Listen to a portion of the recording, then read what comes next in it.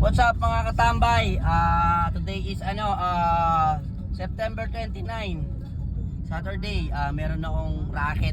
Alam mo naman tayo, kailangan tayong mga tambay. Kahit wala tayong trabahong regular, matuto tayong rumakit or sumideline ba. Kahit anong sideline, basta legal, wag illegal. Kailangan tayo sa legal. Baling maliit ang kita, pero naman kung sunod-sunod naman yung labas mo or sunod-sunod naman yung diskarte mo, walang problema.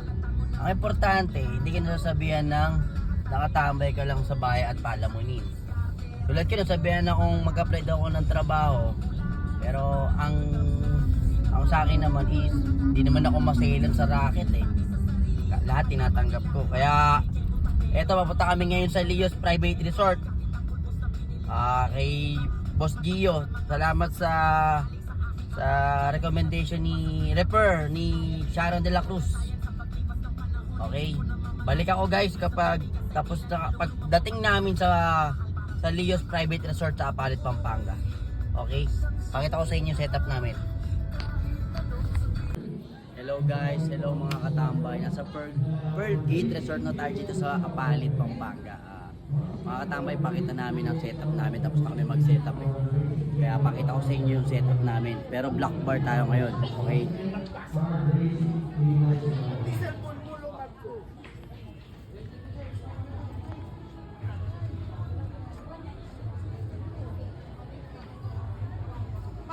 Kaya proud to be tambay pero raketero, okay? Kaya kita-kits tayo mamaya ulit pag party na. Okay, thank you. Let's do this.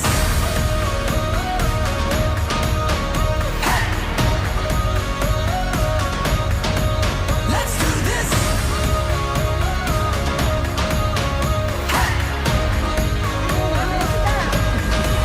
Let's do this. Against the light kasi. Can you feel the fire running through your veins?